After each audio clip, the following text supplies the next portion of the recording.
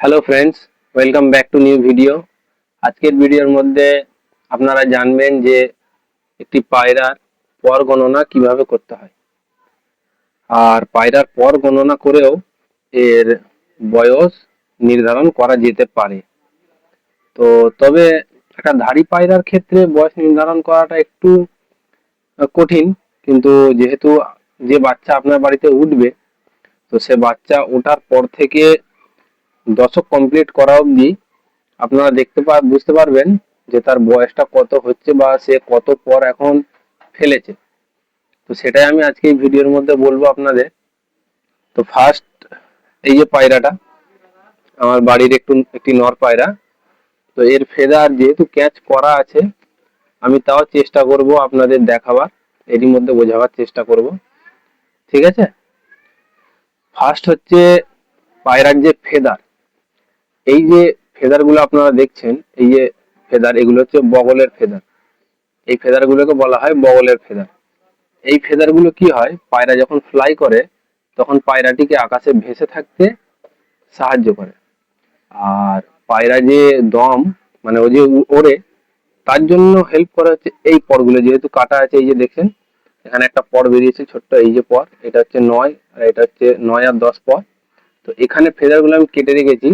তো এই এখান থেকে, এটা হচ্ছে এক পর, এখান থেকে শুরু করে এই যে 10টা ফেদার, এই ফেদার গুলো কাউন্ট করতে হয়। তো কিভাবে কাউন্ট করবেন, পায়রার ক্ষেত্রে ফেদার কাউন্ট করতে হয় উল্টো দিক থেকে, মানে এখান থেকে ফেদার কাউন্ট করতে হবে 1, 2, 3, 4, 5, 6, এইভাবে উল্টো দিক থেকে কাউন্ট করতে হবে। এবং এই লাস্টের ফেদারটা যে হচ্ছে, এটা হচ্ছে 10 নাম্বার ফেদার। তো পায়রারা 15 দিন, পায়রা 15 দিন অন্তর অন্তর পর ফেলে দেয়। ঠিক আছে, তো মাসে 2বার পর ফেলে ওরা, মাসে 2টো করে পর হচ্ছে হিসাবে। তো যেহেতু 15 দিন ছাড়া পর ফেলছে, তো সাপোজ ধরুন এই যে পরটা, এটা ফেলেছে, ফেলে এটা একটা নতুন পর উঠছে, তো এটা হচ্ছে আপনার 1 নাম্বার ফেদার। এখান থেকে কাউন্টিং করবেন 1, 2, 3, 4, 5, 6, 7, 8, 9 আর এই 10। এই 10টা ফেদার হচ্ছে পায়রা মেনলি উড়তে, মানে এই যে ডানাটা সুইং করছে, এটা করতে এই ফেদার গুলো মানে সাহায্য করে। ঠিক আছে, তো এই ফেদারটা কাটা আছে, আমি সঠিকভাবে বোঝাতে পারলাম না, আমি দুঃখিত।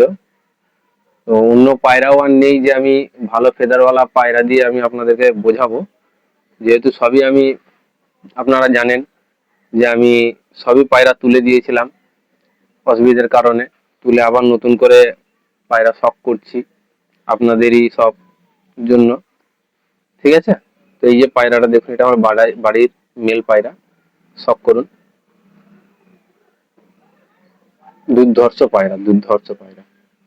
ঠিক আছে বন্ধুরা, ফিরে আসবো নেক্সট ভিডিওর মধ্যে।